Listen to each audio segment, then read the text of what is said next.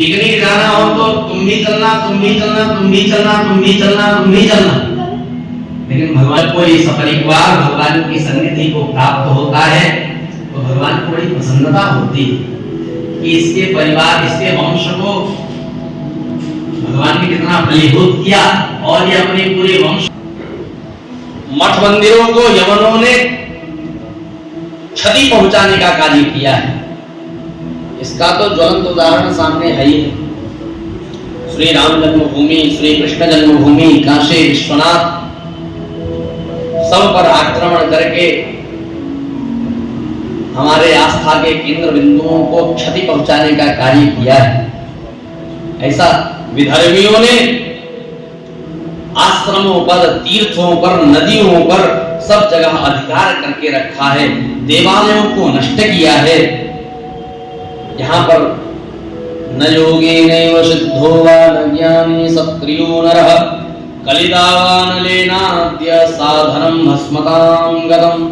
न कोई योगी जन दिखाई दे रहे हैं, न कोई शुद्ध पुरुष दिखाई दे रहे हैं, न ज्ञानी दिखाई दे रहे हैं, न भगवान के कैंकर्य को करने वाले दिखाई दे रहे हैं, सत्कर्म करने वाले कोई नहीं दिखाई दे रहे हैं।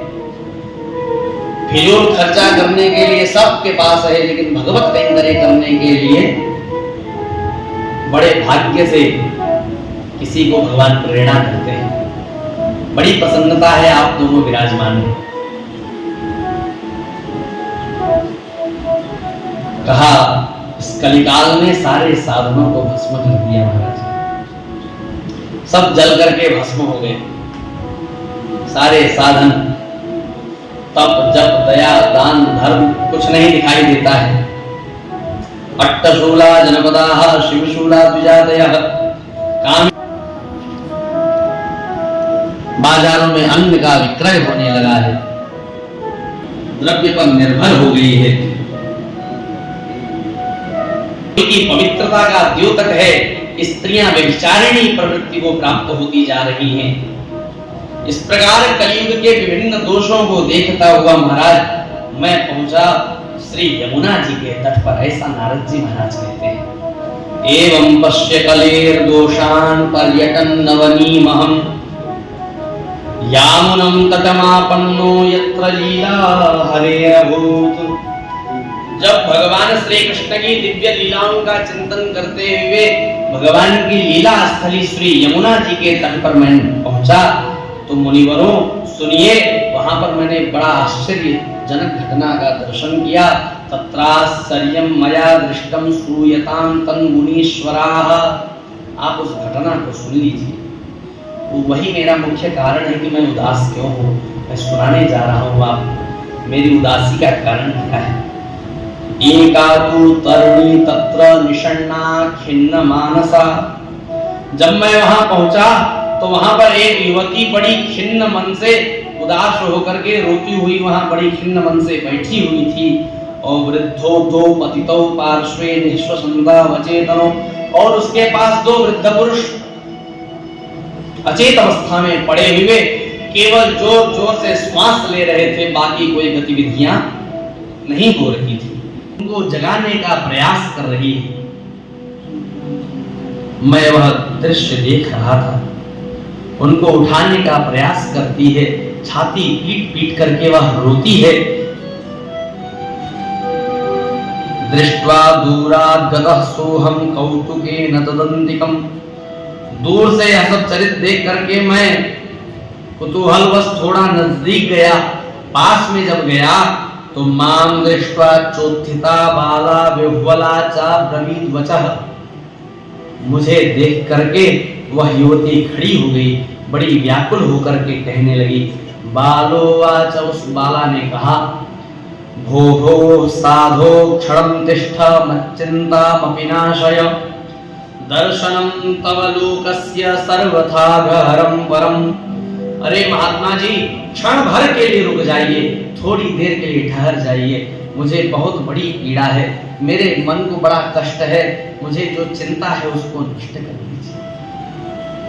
आपका दर्शन संसार के समस्त पापों को नाश करने वाला है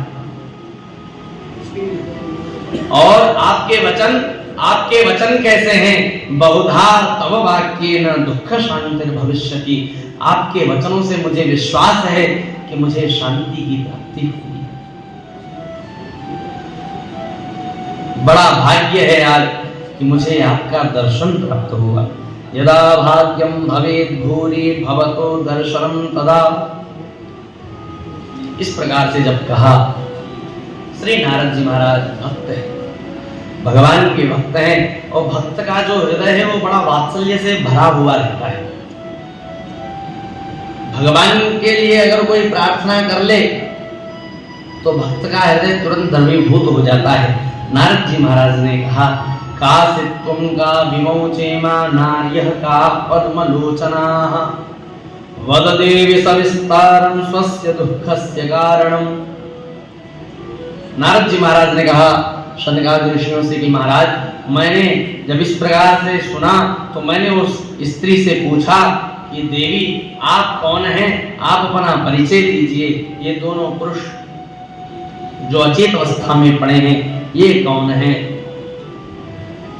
आपके पास ये अन्य देवियां कौन हैं? आपको दुख क्या है?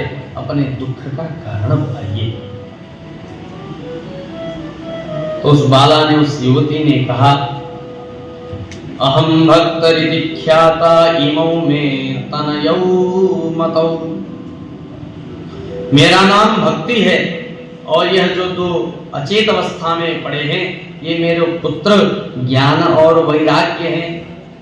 ऐसा जब भक्ति महाराज ने कहा, नारद जी महाराज ने सुना कि ज्ञान और वैराग्य ये दोनों अचेत अवस्था में पड़े हुए हैं, तो महाराज नारद जी महाराज से रहा नहीं गया।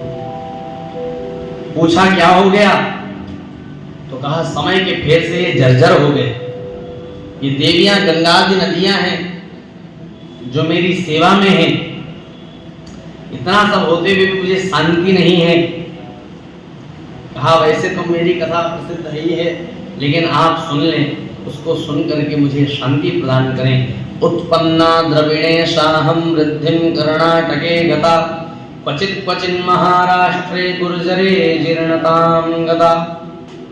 मैं द्रविड़ देश में दक्षिण भारत में उत्पन्न हुई, कर्नाटक में बढ़ी। आज भी उधर को भक्ति दिखाई देती ही है। भगवान की रथ यात्रा, भगवान की शोभा यात्रा, भगवान के विभिन्न उत्सव, नित्योत्सव मंदिरम। श्री नानगुनेरी में कितने उत्सव नित्य चलते ही रहते हैं। नित्य भगवान की सवारियां, भगवान का कल्याण उत्सव इत्यादि आचार्य उत्सव सब चलता रहता है। आज भी भक्ति उधर और युवती है। सब्सक्राइब करें इस चैनल को और इस बेल घंटे पर भी क्लिक करें ताकि रोजाना आपको ऐसी वीडियो मिलती रहे।